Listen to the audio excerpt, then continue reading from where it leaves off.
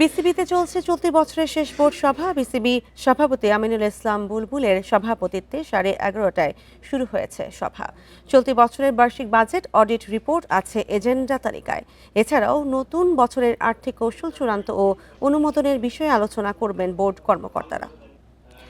ঘরোয়া ক্রিকেটের ক্যালেন্ডার নির্ধারণ সহ সাংগঠনিক কিছু সিদ্ধান্ত নিয়ে আলোচনা হতে পারে। নতুন কোনো কমিটি গঠন, দায়িত্ব বন্টন করা হলে তা নিয়ে কথা বলবে পরিচালনা পর্ষদ।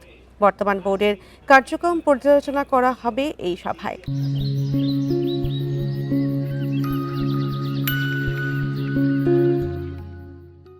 এছাড়াও বর্তমানে ঘরোয়া ক্রিকেটারদের বিভিন্ন সমস্যাগুলো নিয়ে আলোচনা হতে পারে আজকের সভায়। আর বিপিএল আয়োজনের খুঁটিনাটি বিষয় নিয়েও হবে আলোচনা।